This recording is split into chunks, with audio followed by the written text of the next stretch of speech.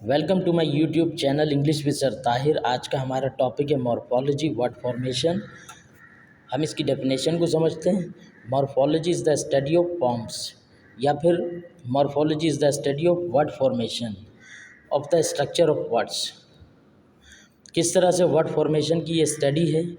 मिसाल के तौर पे एक वर्ड है केयर, उसके आगे आपने LESS लगाया तो बन गया केयरलेस। हैप्पी वर्ड है, उसके आगे आपने अन लगाया, पहले लगाया तो वो बन गया अनहैप्पी। टीच है, टीच के बाद आपने ER लगाया तो बन गया टीचर। तो केयर से careless, happy, unhappy, teach, teacher, यानी सफिक्सेस और प्रीफिक्सेस से न्यू वर्ड फॉर्मेशन हो गई। तो मेरा ऑलरेडी रिकॉर्डेड लेक्चर मौजूद है सफिक्सेस और प्रीफिक्सेस के ऊपर, तो हम वर्ड फॉर्मेशन सीख रहे हैं। मॉर्फीम हम समझ लेते हैं। मॉर्फोलॉजी में मॉर्फीम क्या है। Morpheme is a minimal unit of meaning और ग्रामेटिकल फंक्शन, यानी मिनिमल यूनिट ऑफ मीनिंग है, ग्रामेटिकल फंक्शन को इंग्लिश में मॉर्फीम कहते हैं। That can not be further divided. जैसे मिसाल के तौर पे ईडी है, ईडी को फर्दर डिवाइडेड नहीं किया जा सकता, लेकिन जब ये वॉक है, वॉक के आगे आप लगाएंगे तो ईडी ये बन जाएगा वॉक्ड, ये पास्ट फॉर्म बन गई। तो मिनिमल ग्रामेटिकल यूनिट है, फंक्शन ऑफ इंग्लिश ग्रामर में एज अ फंक्शन ये काम कर रहा है। It is a smallest morphological unit that can not be divided into smaller parts. अब हम मज़ीद इसको समझते हैं। जैसे मिसाल के तौर पे एक स्टेम वर्ड है, या कंटेंट वर्ड है, या लेक्सिकल वर्ड है, या डिक्शनरी वर्ड है ओपन। इससे पहले आपने री लगाया प्रीफिक्स, और ओपन के बाद आपने ईडी लगाया तो ये बन गया री ओपन, यानी 3 मॉर्फीम्स है। एक री है, एक ओपन है, एक ईडी है। तो ये 3 मॉर्फीम्स मिलके एक न्यू वर्ड फॉर्मेशन हो गई री ओपन। इसमें ग्रामेटिकल फंक्शन भी है, न्यू वर्ड फॉर्मेशन भी है। तो आपने ये देखा कि किस तरह से ये फंक्शन कर रहे हैं, स्मॉलेस्ट मीनिंगफुल यूनिट। अब जैसे टूअर एक लफ्ज़ है, उसके आगे आपने IST मॉर्फीम लगाया तो ये बन गया टूरिस्ट। आपने उसके आगे S लगाया तो ये प्लूरल हो गया tourist.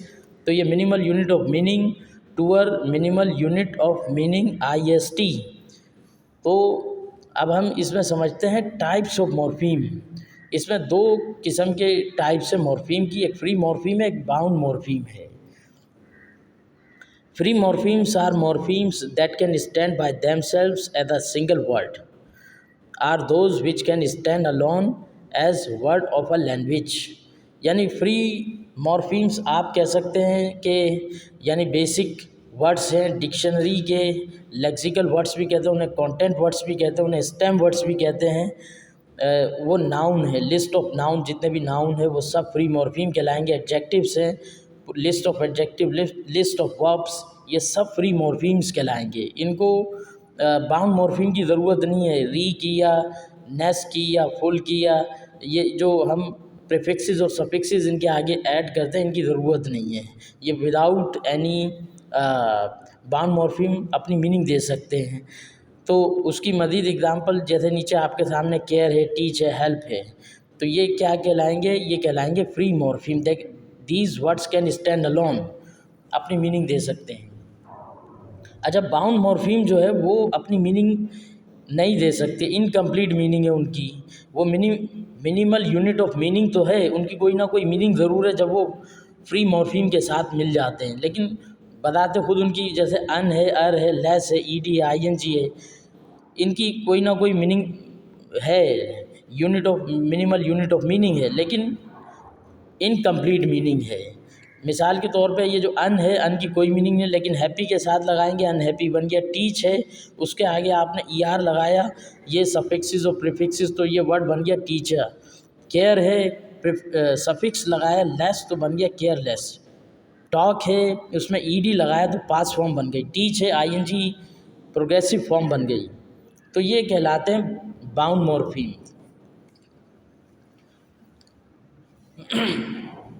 All prefixes and suffixes are bound morphemes. ये जितने भी सफिक्सेस प्रीफिक्सेस हैं, जैसे मैंने आपको प्रीवियस बताया, ये सब क्या कहलाएंगे, बाउंड मॉर्फीम कहलाएंगे।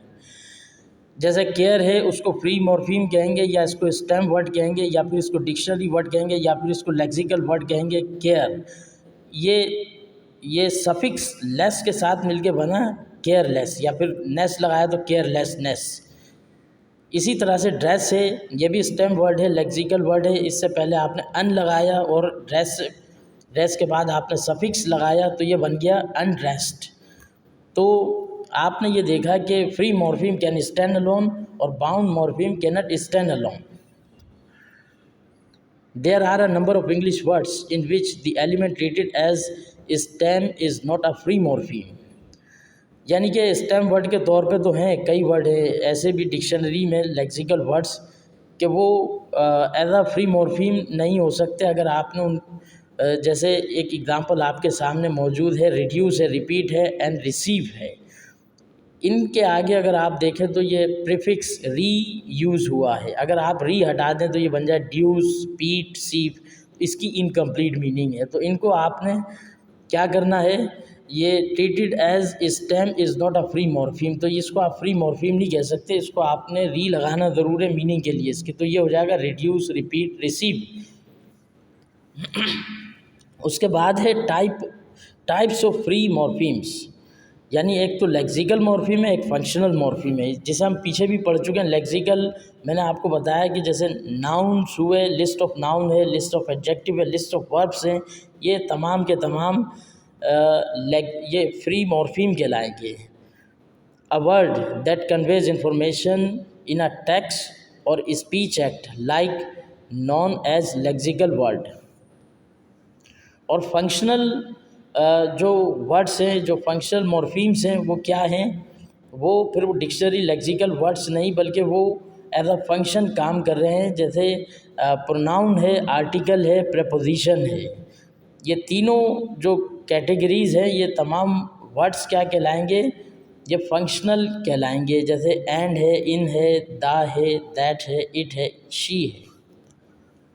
अब टाइप्स ऑफ बाउंड मॉर्फीम्स। अब बाउंड मॉर्फीम्स की टाइप्स कितनी हैं, दो हैं। डेरिवेशनल मॉर्फीम है, इन्फ्लेक्शनल मॉर्फीम्स है। तो डेरिवेशनल को पहले हम समझ लेते हैं। Are those bound morphemes that we use in making new words.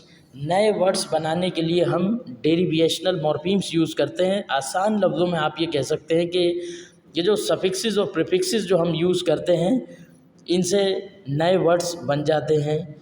Noun से आप उसको एडजेक्टिव या फिर एडजेक्टिव से उसको नाउन बना सकते हैं, दूसरे वर्ड्स बना सकते हैं। आप जैसे गुड है, उसमें NESS लगाया तो गुडनेस हो गया, वो नाउन बन गया, नया वर्ड वजूद में आ गया, ये डेरिवेशनल मॉर्फीम कहलाएगा।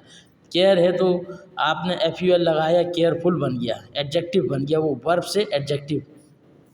तो ये इसकी लिस्ट है डेरिवेशनल मॉर्फीम्स की।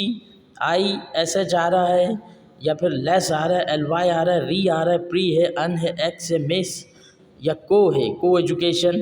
तो ये सफिक्सेस और प्रीफिक्सेस जो है जितने भी, ये डेरिवेशनल मॉर्फीम कहलाएंगे। और इन्फ्लेक्शनल मॉर्फीम क्या है, आसान लफ्ज़ों में आप कह सकते हैं टेंसेस में जितनी फॉर्म्स यूज़ होती है वर्ब की, वो कहलाती हैं इन्फ्लेक्शनल मॉर्फीम्स। उसको हम आगे मज़ीद समझते हैं। जैसे क्लीन है, क्लीन में आपने ED लगाया तो ये बन गया क्लीन, पास फॉर्म बन गई, क्लीनिंग ING फॉर्म हो गई। तो ये क्या कहलाएंगे, ये इन्फ्लेक्शनल मॉर्फीम्स कहलाते हैं। जैसे English language has 8 inflectional morphemes. पहली है apostrophe S positive with noun plural S, या तो प्लूरल बनाएगा एस लगा देंगे, या फिर अपस्ट्रॉफी एस मिल्कियत बताएगा, या एस अपस्ट्रॉफी वो भी मिल्कियत बताता है। जैसे जेंट्स ब्रदर है, मिसाल के तौर पे जैन का भाई। अब आप ये देखें, जैन ब्रदर कहूँगा, अपस्ट्रॉफी एस लगाया तो मीनिंग इसकी नहीं बन रही, जैन भाई, जैन का भाई, तो ये अपस्ट्रॉफी एस आपने लगाया, मीनिंग बन गई जैन का भाई। तो ये कहलाएगा इन्फ्लेक्शनल मॉर्फीम कि SES फॉर्म लग रही है वर्ब में, ही शीट के साथ में वर्ब में SES का इजाफा कर रहे हैं, या फिर ING लगा रहे हैं तो प्रेजेंट पार्टिसिपल हुआ, या पास्ट पार्टिसिपल ED लगा रहे हैं, आप EN लगा रहे हैं। तो जैसे आपके सामने एग्जांपल है विद वर्ब्स, ING टीच से टीचिंग हुआ, और लाइक में S लगाया, likes he likes, she likes, SES लगा दिया थर्ड पर्सन सिंगुलर के साथ। इसी तरह से प्ले है तो उसमें ED लगा दिया, प्लेट, सेकंड फॉर्म पास फॉर्म बन गई, सेकंड और थर्ड फॉर्म फॉरगॉटन। तो थर्ड फॉर्म को वर्ब की forgotten, forget, forgotten, driven, driven. तो ये जो वर्ब की आईएनजी फॉर्म है, ईडी है, सेकंड फॉर्म है, थर्ड फॉर्म है, इन सब को हम कहेंगे इन्फ्लेक्शनल मॉर्फीम, या प्लूरल और सिंगुलर में जो वर्ड एस और अपॉस्ट्रोफी एस यूज़ हो रहे हैं। सुपरलेटिव डिग्री है एडजेक्टिव की, या कंपैरेटिव डिग्री है, जैसे हैप्पी एक वर्ड है उसमें आई ई आर कर दिया तो हैप्पियर कंपैरेटिव डिग्री बन गई, और superlative degree I E S T कर दिया हैप्पीएस्ट। इसे हम कहेंगे इन्फ्लेक्शनल, यानी ग्रामेटिकल फंक्शन होता है इनका, इन्फ्लेक्शनल मॉर्फीम का। और जो डेरिवेशनल है, डेरिवेशनल में आप सफिक्सेस और प्रीफिक्सेस का इस्तेमाल करते हैं और उसको ग्रामेटिकली यूज़ करते हैं आप इन्फ्लेक्शनल मॉर्फीम्स को। अब मॉर्फोलॉजिकल डिस्क्रिप्शन आपके सामने है। The girls wildness shock the teachers, या फिर टीचर के लिए आप। अब आप इसमें देख लीजिए वो तमाम इन्फ्लेक्शनल मॉर्फीम भी यूज़ हुआ है और डेरिवेशनल मॉर्फीम भी है, सफिक्सेस प्रीफिक्सेस भी है, ग्रामेटिकल फंक्शन भी है। मिसाल के तौर पे दा जो है वो फंक्शन वर्ड है, गर्ल जो है वो लेक्सिकल डिक्शनरी वर्ड है, कंटेंट या स्टेम वर्ड आप इसको कह सकते हैं। अपॉस्ट्रोफी एस जो यूज़ हुआ ये इन्फ्लेक्शनल है और यानी ग्रामेटिकल फंक्शन है। वाइल्ड लेक्सिकल वर्ड है, नेस लगाया वाइल्डनेस, तो ये डेरिवेशनल नया वर्ड बन गया इससे। शॉक है लेक्सिकल वर्ड है, ईडी फिर दोबारा इन्फ्लेक्शनल ग्रामेटिकल फंक्शन है। दा जो है वो फंक्शन है, टीच लेक्सिकल वर्ड है, ई आर डेरिवेशनल वर्ड है, और फिर एस इन्फ्लेक्शनल है। तो आप ये देखें सेंटेंस बना the girls wildness shocked the teachers. तो आप उम्मीद है कि ये लेक्चर आपको समझ आया होगा कि मॉर्फोलॉजिकल डिस्क्रिप्शन क्या है, किस तरह से वर्ड की फॉर्मेशन दी जाती है। Thank you for watching.